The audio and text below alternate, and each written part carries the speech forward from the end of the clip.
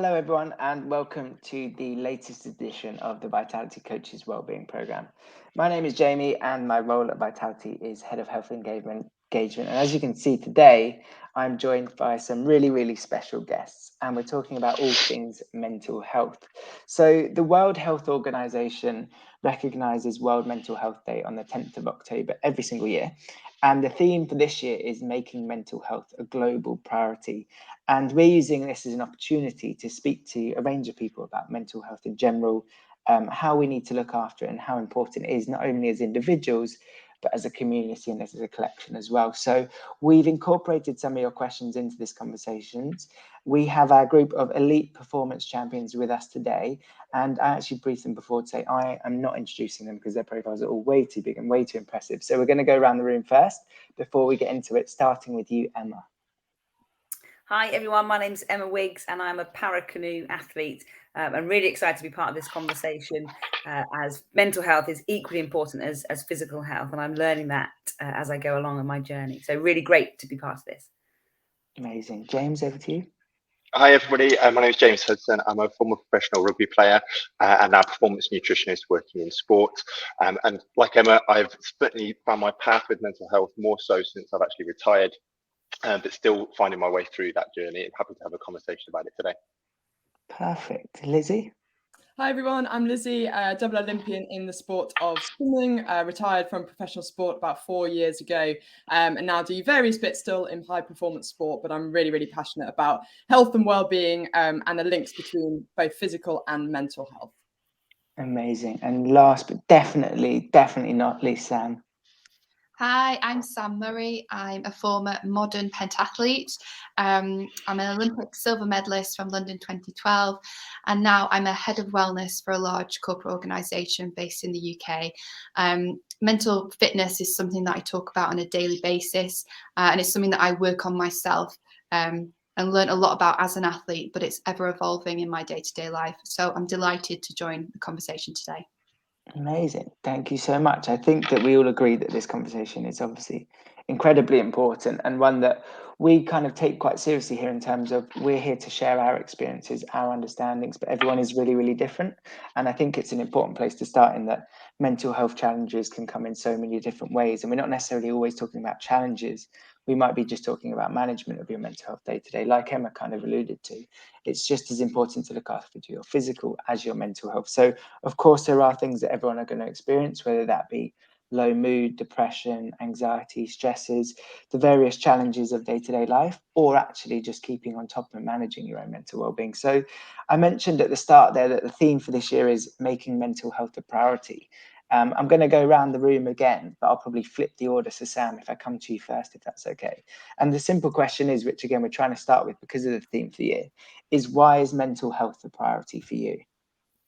For me personally, it helps my performance professionally, but in my day-to-day life at home, I find that I function a lot better and interact a lot better with my family, friends and colleagues if I'm mentally well.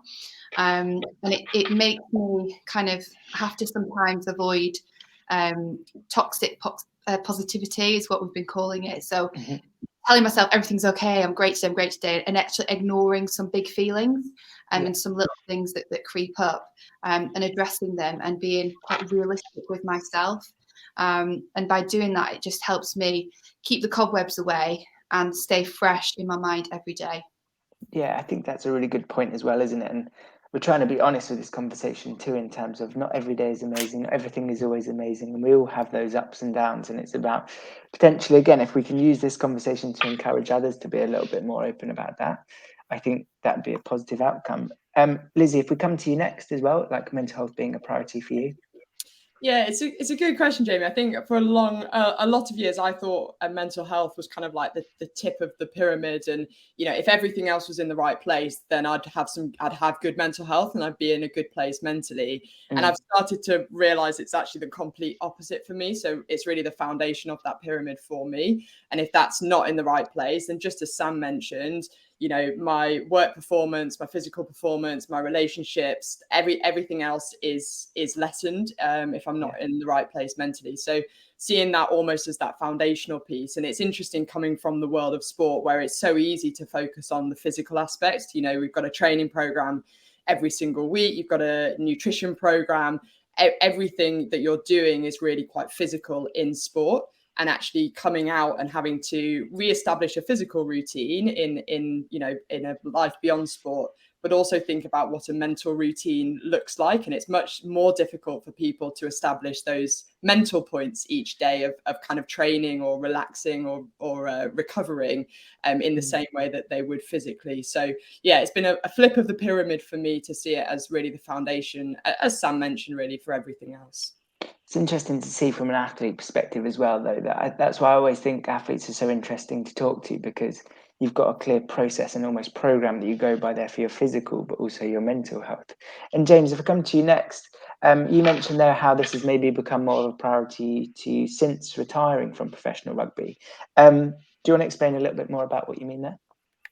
I think it just means that I can create balance. I can make sure that I'm performing at work, because I'm still in a sport environment, so I'm quite used to the pressure and I enjoy that environment, and it comes quite naturally because that's what I did for years. But actually, I know when I'm healthy mentally, because I can perform at home and I can parent well, I can be present at home and actually contribute in a worthwhile way with my kids, with wife, you know, and actually enjoy life outside of that career side of things. So I think that transition from being an athlete really made me understand how to manage that, and made it very much more apparent, and that I needed to spend time learning how to manage myself after coming out of that full-time sports environment. Yeah, I like that. I think one of my favorite things is like, I need you to be good so that I can be good in a way. So you looking after yourself will only help you looking after your family as well. And Emma, if we finish with you, obviously your situation is potentially slightly different because you are still competing. So how do you manage? Still trying. I mean, still absolutely smashing it. Yeah, smashing everything you ever do. But how are you able to manage your mental, because obviously the physical is probably still a massive priority as well? I think for me, Jamie, it's going to sound terribly X-factory, but it's been a real journey for me, that awareness of my own mental health and well-being, and the need to actually, like Lizzie said, really have it as my main priority to allow everything else to happen. And I think, like the others have so eloquently said, when we get it right and we're working on it actively, you know, the biggest gain out of it is happiness. And then and with happiness probably then comes performance, whether you're in sport or whether you're in business or just in, you know, survival mode of life, you know, spinning all the plates that people spin as parents and people with jobs and all the rest of it. So I think it's kind of a circle that we can keep going if we get those basic things right. And for me, it's been you know, a journey of understanding myself better and realizing the things that I can do to improve my mental health and well-being, and some strategies that really will help with that. And that has unlocked not only happiness and better mental well-being, but performances as well. So I think it's kind of I'm not sure if it's chicken and egg, but it's definitely a thing that's a cycle, I think, for me. Yeah, I see exactly what you mean there, and it's been a common theme throughout everything, is that if you get your mental well-being right, everything else seems to fall in order a little bit better. And I don't mean to take this in a negative direction at all, but again, like, we're trying to understand different people's experiences, and anyone watching, we want them to be able to resonate and kind of relate to what we're saying. So Lizzie, maybe if I come to you on this one, but again, anyone, please do feel free to jump in. Can you think about an experience or a time where you feel like your mental well-being was compromised, and then possibly in hindsight now, if you're able to understand maybe what factors, or whether they be personal, professional or situational, that contributed to that? Because I think it's great for people to if you can recognize those things earlier, the chances are you may be able to deal with them a little bit better. Yeah, it's a good question. There's definitely points. The one that comes to mind for me, there's one from sport, and then I'll maybe share one from after sport as well. You know, when I was still competing, going after my third Olympics, very much in the depths of the kind of high performance environment. And it's easy in sport to get kind of caught up in the numbers, the targets, the statistics, the results, the rankings, because that's essentially what you're being measured on. And I just missed out on qualifying for my third Olympic Games and had a really tough few months of kind of watching those games happen with me sitting at home. And I realized I had to do quite a lot of reflection during that time. And I realized that I'd kind of lost the love for the sport, but it was because I wasn't connected to my values anymore. I was very much kind of extrinsically motivated. It was all about hitting a target, all about, getting on funding, all about hitting a certain time. And it wasn't about the reasons that I'd started doing sport in the first place, which was, challenge and improvement and feeling like I was at the edge of my potential, like teamwork, like all of those things that are the reasons why kids start sport in the first place. And I think that, since retiring from sport, that's when I share that story with people, that really resonates with a lot of people who feel like that in their roles as well. And they feel like they're kind of stuck on that hamster wheel of what's the next promotion, what's the next target. And they're maybe still progressing in that, but they don't necessarily feel connected to it or feel particularly happy in those roles. And it's really, I really enjoy working with people and almost taking a step back and going back to the values of what can you connect with each day that is valuable to you. And that might not be another big sale or another big target. It might be the reasons why, you got the role in the first place, or a sense of personal challenge, or having an amazing impact on your colleagues or the people around you. So that's, one from sport. And then the biggest one that I struggle with now, maybe as an example, is finding that balance between self-improvement and being better, as, reaching my potential and always aiming for something more, and self-compassion and being happy with who I am right now. And I find that paradox really, really, difficult on a day-to-day basis, trying to be settled and content with who I am while still being ambitious for what I want to achieve. So that's an ongoing one for me. No, I think that one's really interesting because for me personally, a saying that I think I struggle with is when people say be kind to yourself. And I think that obviously there is a time to be kind to yourself, but there's probably also a time to push yourself and drive for more if you do have that ambition. And I'm not sure necessarily where that line is, because like you say, Lizzie, there's sometimes when you probably just want to be able to give yourself a bit of permission just to chill out, and you don't have to achieve 10 things in a day. Emma, I always ask you this question because I think you speak about it so well, but about how you approach each day, again, from a performance aspect. Right now, I know that you kind of look at yourself in a mirror and that helps you understand what you can give on that day. Could you share a little bit about the thinking behind that? I think absolutely, I 100% agree with what Lizzie said as well. If we become focused on, the outcomes being what's going to make us feel good, then we're on a kind of slippery slope. So for me, I did a piece of work in the last 18 months where I was trying to think about what success for me looked like that day, and that changed day to day. I think we can often think, right, if we're in sport, this is our goal for the year.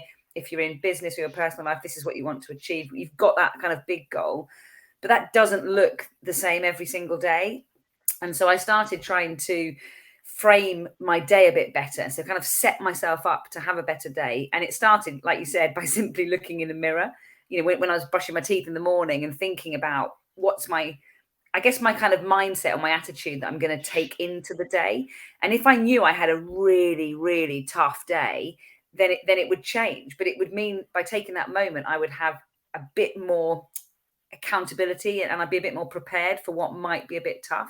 If I'd woken up on the wrong side of the bed and, it was howling weather and I was just really dreading the day, I would allow myself to say, okay, well, today's about survival, It's about getting home, getting into my pajamas and causing as little destruction to other people as I can. And that was okay too. And it was just recognizing that difference. But what I found was that if I didn't take that moment to do it, then I just kind of went headfirst into my day. And it didn't really kind of always work out very well. So I think whether it's, looking at yourself in the mirror or writing it down, or it's just a moment, whether it's in the car when you're driving somewhere, it's just literally a moment where you can think, okay, how do I want to approach today? And then if the day derails a bit, which sometimes it does, you've got that accountability to go back to. And I don't always get it right, but I am sitting here currently in my pajamas, so we've made it. One of the love it. I think the self-awareness piece is so important as well, isn't it? Like, because like you say, Emma, you don't want to do things that you regret to other people because you're not in the best place. And Lizzie, you said it, like, as long as you're aligning with your values. James, I promise I'm coming to you in a second. I wanted to jump to Sam. With so many questions, because Sam, you mentioned obviously about the work that you're doing now as well in like a corporate environment. Have you got any advice for kind of like strategies or techniques that you use to help people in their times whenever they need it? And again, that obviously looks different for everyone depending on what they're going through. But how do you advise people to look after their own mental well-being? Right now, it's really difficult for a huge diverse group of people, retail staff who will earn just above minimum wage, to even people in C-suite roles. The UK is quite a scary place to be right now. And these are obstacles thrown at us that we didn't necessarily expect. We have people who are renewing their mortgages at the moment and they can't afford to stay in that property. And so anxiety arrives, and it is a kind of catastrophic time for a lot of people right now. I think the best thing that I can do is listen and be compassionate and give back where possible. And it's something that I advise people who need to get that help, go and get it, go and speak to the right person appropriate for that issue. But I think a lot of it is about finding your own focus to get you through a difficult time, asking yourself, what do you absolutely need? What's essential? And making priorities about how you're going to get through short term and then a longer term plan. The other aspect of it is the grass is always greener. When I was an athlete, I always thought it might be better not to be an athlete because training was really, really hard physically. And I often felt like I'd been hit by a bus the day before. And then on retiring and a few years on, I look back and think, wow, being an athlete was amazing. I trained every day. I was in a lovely swimming pool.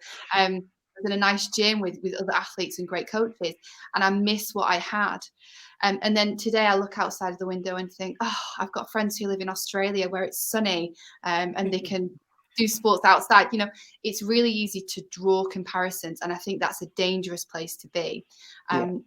I've advised people to put a time limit on their phones and really cap how much time they spend on apps and be aware of how much screen time they have in addition to their screen time at work.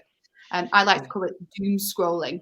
You know, as you scroll through social media, it could be, you could see political trends which are depressing, or just the best bits of other people's lives. Olympic champions, CEOs, they have bad days too, but they don't necessarily show it. So I think it's about balancing what you expose yourself to and really narrowing your focus on what you need to achieve. That's such a good tip, Sam. And I actually found out my phone did that. You can set those app limits, can't you?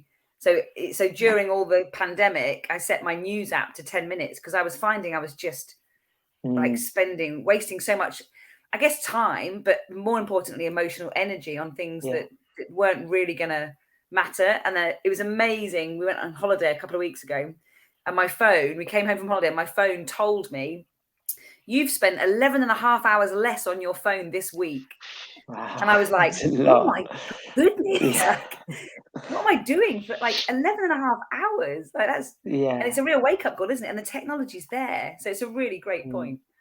Yeah, I think it's also, people talk about your kind of mental diet as well as your like nutritional diet and what you're consuming, whether that's good for you. And Sam, I think you're kind of talking there about obviously gratitude around what you have, but also not comparing with others. And one of my favorite sayings that I heard once someone say is like, if you compare yourself with someone else, you have to take the whole of them. You can't just take the bit that you like. And often you don't know people's whole stories. So actually, do you really want that, or do you just like one part? James, I want to come to you. Comparison is the thief of joy. Exactly. I mean, we can never say that one enough, I don't think. James, Sam mentioned there about like being grateful for what you have, and I think again, not comparing with others. And obviously the world that you come from is a team environment, and you're still working massively within a team environment. Are you able to share sort of how important you feel connection and community is, and how you see that helping mental well-being? But also it'd be great to see how that's changed over the years as well. I know that you've been a professional for such a long time that you've probably how things are done now, and how we're able to share that message, again, learning from the elite environments. How do you take that into people's everyday workplaces and general lives? I think the team dynamic is really interesting, because I think in the sport of rugby, which I was lucky enough to get to be part of for so long and still am, it's still in its infancy, really, the commitment from and the support for players around their mental health and their well-being. And I think it's come on massively in the last 5 or 6 years. There's now support networks available to players, which are really fortunate to have in front of them. But I still think that connection between teammates can still grow quite a lot. And I think there's an expectation when you play in a team sport, there's an expectation to perform, which comes with a huge amount of pressure. But there's also an expectation as a teammate to support your teammates with all aspects of their lives. It's not just about how you perform on a Saturday afternoon in front of the crowd and what the scoreboard is at that time. It's during the week, if someone's having a bad day or underperforming, it's actually spending time to work out why. It's having a conversation. Are you all right? Do you need, what can I do? What can we do to help? Because it's not just about the physical performance they put out on the weekend. It's about during the week in preparation, spending time with each other away from rugby as well, to generate relationships that you can actually have those honest conversations with each other. And I think the sport is coming a long way in terms of players' ability and confidence to have those conversations. But I think it's exactly the same in any workplace where you've got teammates working together. It's not just about, like Lizzie spoke about, the huge goal which is in front of you each year, whether it's a sales target, a revenue target. It's actually the day-to-day.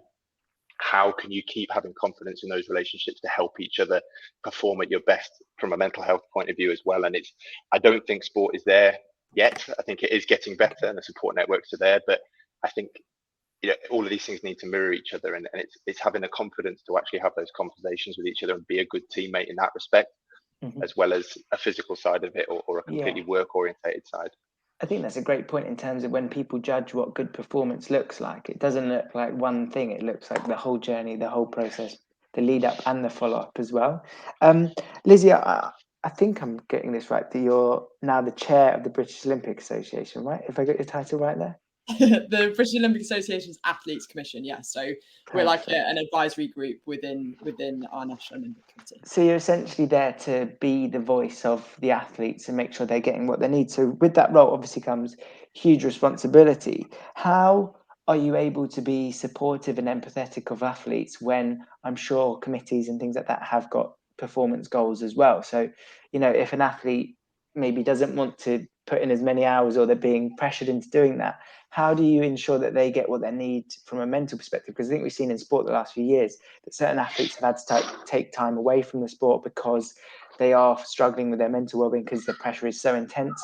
So how are you able to balance that and get both sides and meet in the middle? Because it sounds like quite a tough juggling act. I think the challenge of mental and physical health in sport is a huge one. I think James touched on a couple of points just there. I think the biggest challenge is that athletes are so familiar with pushing themselves physically, and it's most athletes find it very difficult to kind of reach out and say, like, I'm not in a good place mentally, whether that's because it's it feels like vulnerability, it feels like weakness when we're designed to show up and show strength every day in a physical sense. It then feels quite odd to say, actually, I'm having a really tough time, or actually things aren't right mentally. So there's definitely still a bit of a stigma in sport of just reaching out and talking about it. And there are lots of athletes who now, are reflecting back on their careers and sharing tough periods that they've gone through, which helps break that stigma a little bit, helps normalize mental health issues in sport. But it's still hard for athletes in the heat of the moment to actually speak out. And even if those support networks are there, as James mentioned, and things are going in the right direction, for athletes to actually, reach out and say, actually, I do need a little bit of additional support here. So I think it's almost the case of how I was discussing it earlier, saying, for my sporting career, I'd seen mental health as kind of the tip of the pyramid. You work on that after you've worked on all the physical stuff and got strong. And it's almost just flipping the narrative with athletes and helping them understand that mental part really forms the foundation of how well they can perform physically. So if those foundations aren't in place, then it's very difficult to build on that and give your best performance. It's not the other way around. We just, deal with the icing on the cake once everything else is in place. So there's a bit of narrative work, and as James mentioned, the culture is definitely changing, and those support networks are more and more being in place, but there's still lots and lots of athletes who live this very, very unique lifestyle that Emma is still living at the moment, in terms of showing up for training every single day and pushing yourself incredibly hard, and being, you as an athlete, your aim is to push yourself to breaking point, but not quite over breaking point. And that line is not a straight line, and it's not even a clear line. Often it's a difficult one to kind of dance along. So athletes hopefully are taking more ownership over what that line looks like for them, and are starting to be okay with saying, actually, this is my line, and I'm not okay with crossing it. And if I do cross it, I know what that looks like, and I can get support in XYZ ways. As James said, not quite there yet, but definitely. Lizzie, do you think it's a bit generational? Do you think, the experiences that we were all aware of when we started our careers as athletes were probably, mental health wasn't high on the agenda. It was all about showing, how tough you were, and, how much you could throw up, and, not dealing with any of that sort of stuff. Whereas I kind of feel a bit more hopeful now in a sporting world, but also in a life world, that as we move through this kind of awareness and education and podcasts and things like this, people are going to change their views. So actually, those coming after us hopefully are going to be in a better place. Do you think that's fair? Yeah, I do agree with that. And I think that's being mirrored in other industries as well. I think for the last, couple of decades, there's been this real strange kind of glory in working all hours, working through the weekends, working super late nights, sending those emails. And we're starting to see companies actually put restrictions in place and say, like, no, like we're on an email limit post 6:30 p.m. unless there's literally, a bomb going off. We're not responding to stuff. We're not sending stuff. It waits until the following morning, because it's not fair on the parents that are trying to put their kids to bed, or it's not fair on the people that are trying to get their hour of exercise in.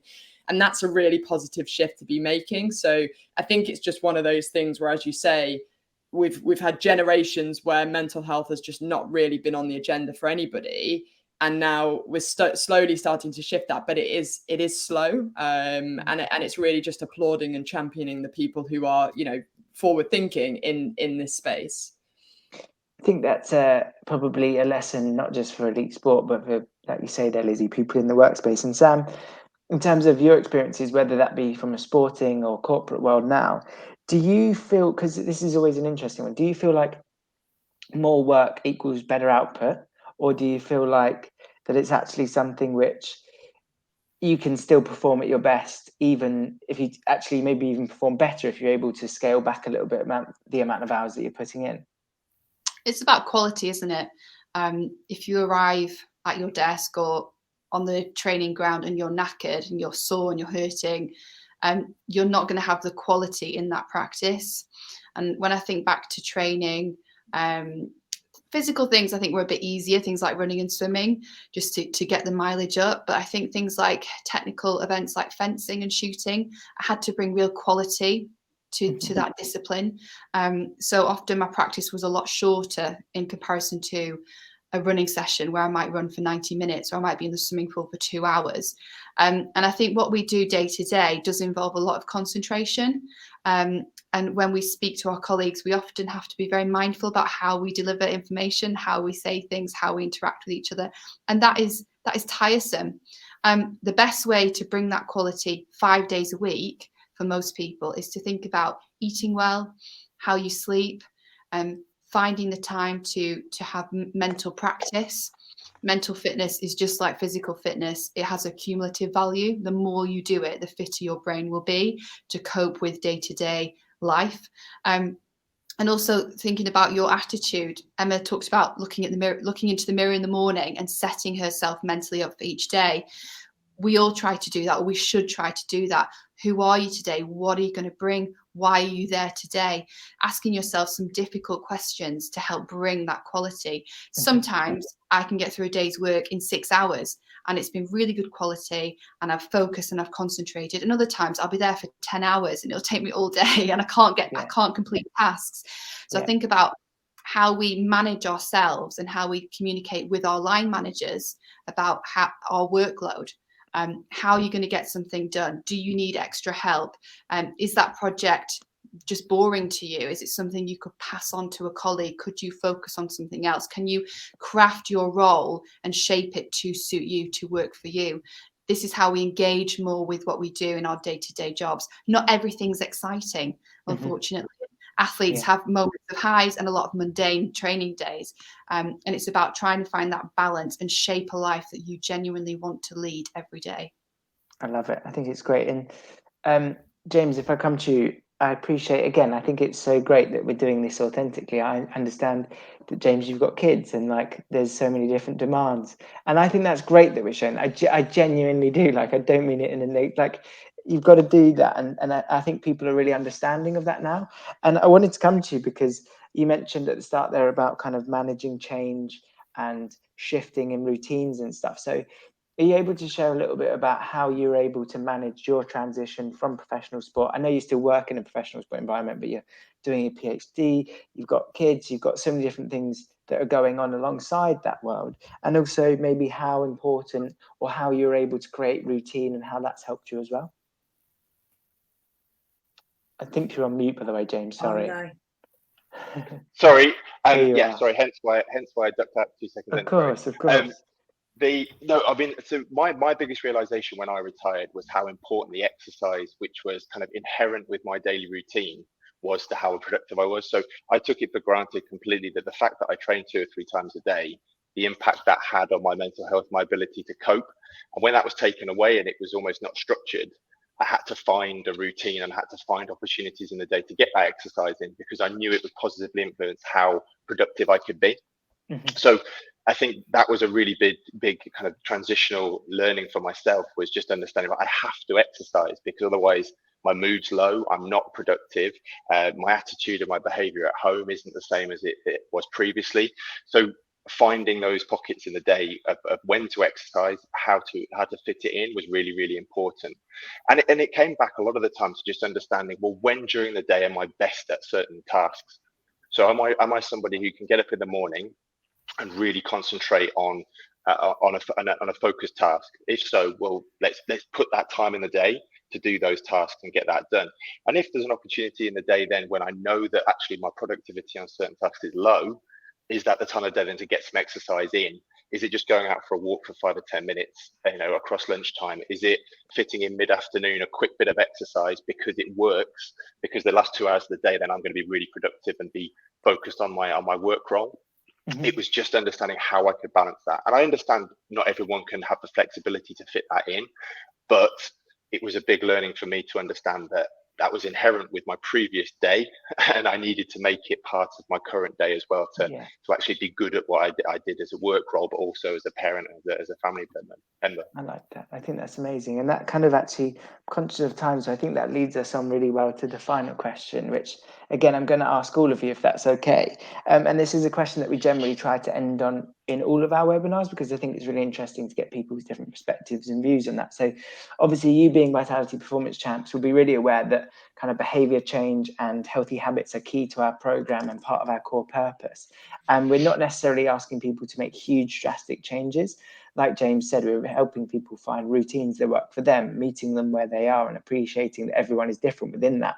So the question that we like to end on it's quite a big question, but it's, is there one change or one thing that you can recognize that's had the biggest impact? And we're going to change it slightly on your mental well-being. So Lizzie, you look like I've just dropped a real big question on you, so maybe I won't come to you first, but one thing that's had the biggest impact on your mental well-being. Emma, I might come to you first actually, and then we go through the order. Is that okay? Okay, I'm gonna show my age now, because the 1990s are a key period of my life. But I think that's helped me the most with that is a power of a post-it. And I think Sam mentioned it really, really well in a few minutes ago about the fact that we've got to constantly work on these things. And so I love these things, and I've got them stuck in strategic places, whether it's in my locker at training, the visor of my car, the back of the front door, by the bed. I mean, they're everywhere. They're absolutely everywhere. So it may not work for everybody, but on these Post-its, I write things that are just reminders to keep me on track and to make me more aware of things. So, for example, the one in my car says, "Do you need to worry about this?" So then when I get in the car at the end of the day and I'm thinking, oh, this hasn't gone well, or this hasn't gone well, do I need to worry about this? Do I need to take this home and waste energy, my energy and maybe my wife's energy on worrying about this? And I think for me, the power of the Post-it is probably one of the biggest things that's helped. Amazing. Again, I think it's so great, isn't it, that what seemingly may be quite a small thing a constant reminder will make a massive difference. Otherwise I forget and I go back to how I was always behaving. So. Yeah. No, I love it. I think it's perfect. James, I know you have a Post-it note there as well. Hopefully Emma hasn't taken your one. No, I think I've had to force myself and schedule in a time in the day to reflect on the day. Okay. Because reflective practice when I was playing sport was essentially just watching how badly you'd done on a TV screen in front of everybody else and having to face up to it. But now I have to construct the time to do it. So if that is in the car on the way home from work, when I've been in an environment during the day, I will consciously make sure I reflect on the day. And then that helps me to transition into then being a dad as I walk through the door back into home life. And if it's been working at home, I'll use that walk to go and pick the kids up from school, just to think through, right, what's gone well, what would I do differently? How can I approach that situation differently? Then I can draw a line under it and move into that second personality, if you like, that second role in life, and feel like I can go and attack that and give that everything and all my energy. Perfect. I love it. Lizzie, hopefully that's given you enough thinking time. Yeah, just Jamie, just.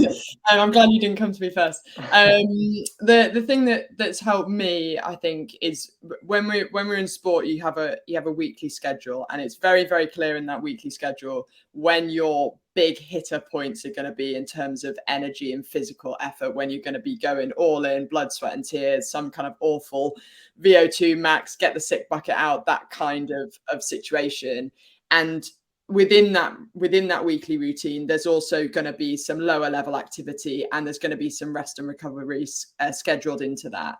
And I think when I stopped competing, I just assumed that I could go through a full day of work and not need any mental, recovery points, because it's just sitting at a desk. It's, you're not putting any kind of physical energy or effort into it. So the biggest thing that's helped me is looking at my week like an athlete and identifying the points that are high stress for me and seeing those as just as critical to recover from as if I was going out for a long run or a hard training session in the pool or whatever that might be. And I even color coordinate it. So they're the red points in the week, kind of lower or moderate effort is kind of orange, and then recovery is green. And really, really, as James mentioned, making the most of those recharge or recover points, even if it's just been a mental effort and not a physical one. And that was a hurdle for me to get over because I didn't quite see it like that when I stopped doing sport. But it's just as important for me if I've had a tough morning or something to take an hour across lunch or to schedule something in later that day. That's the equivalent of plugging your iPhone in, recharging and getting set up for the next big effort. So yeah, seeing my week like an athlete, but from a mental perspective, and still having those physical touch points, of course, with exercise. Yeah. I think this shows the importance of talking, because I've never heard any of these things from Ruby, but they're so good. I wish I'd have asked you sooner. Sam, to finish with you. Love all these points, and I think they're great. I love Lizzie's kind of corporate athlete mentality. I think that's great to the program. But I've actually started to give back. I've started to volunteer, and it's not something I've ever done before. I think I thought about working in a soup kitchen around Christmas loads, but I never actually did it. And recently, I'm now in the southeast region, being based in Surrey, and I've started to volunteer at sport competitions that take place usually on a Sunday, just one Sunday a month, and just be like a marshal or doing the times for swimming, that kind of thing. And it makes me feel really, really happy. And you generally get a free lunch. I don't spend any money. It's time kind of away. I'm a mum, so it's kind of time for me as well, but doing something just really nice and really relaxing. Yeah. And I've just found it so rewarding. And I always walk away, whether I've stood in a muddy field or in a hot, steamy swimming pool, I just walk away feeling really happy. And just kind of different, and it's kind of, I think it's like a nice thing to do. So I would never underestimate finding some way to give back. I don't think there's a better way to finish. I think one of my favorite. Jamie, I've got a better way to finish. I'm going to throw the question back to you because you've been very humble today, but Jamie actually ran in 7 days last week. Yes. Stop it. Can we throw the question back to you for a 30-second soundbite of your biggest impact? Well, if you're asking, I think mine's similar to Sam, to be fair. Like, one of my favorite sayings is if I buy you a present, it's probably for me. And I think that I get so much joy from other people, and giving something to other people, seeing them enjoying it, gives me so much. So it's a selfish thing, but I see that both sides are winning. So I think investing time and energy in people will repay you tenfold. And that's what I think got me through those runs, you know, like having people support because they felt part of something, bringing people into your network, sharing with people how you're feeling and what you're trying to do. I get inspired by so many other people, and they don't even realize it might just be the smallest thing that they've done. It might be that everyone's challenge looks different, but they're doing the smallest thing. And that's what I actually think is incredible about people. So I think it would be similar to Sam. I know it sounds cheesy, but I think that we're all connected way deeper than we realize. And if you give someone something, they'll often give it to you back 10 times more, even though they're not even realizing they're doing it. So I guess that's what helped me get through last week, even though I'm quite broken now. But is that an okay answer? Well, you're looking fresh. Thank you. I mean, it's been a privilege. Thank you all so much for your time. I think that we didn't really plan this necessarily, but it's amazing just to have this conversation. I've certainly learned so much, and I know that everyone watching has. And again, if you're watching this and you feel like you need a little bit more support, then obviously if you're a Vitality member, do reach out to your Vitality GP. If you're not a Vitality member, again, reach out to your own GPs, or if you've got a network of people in your workplace that can support you, make sure you do that. And of course, there are self-help tools as well, things like Headspace and different various apps and things like that. So we've started a conversation, but hopefully we can start some clusters of conversations in your own networks, and that'll help you along the way. So thank you so much again. Emma, James, Lizzie, Sam, you're legends anyway, but I think you also share so much value insight, which is incredibly generous of you to share as well, because I appreciate that you are being open and honest about that. Do we get to wave now? Because it makes me so happy when we wave on virtual Absolutely. calls. We just wave everyone and then we say bye, I love and then they'll see us again soon. Perfect. Thanks, everyone. Thanks, Jamie.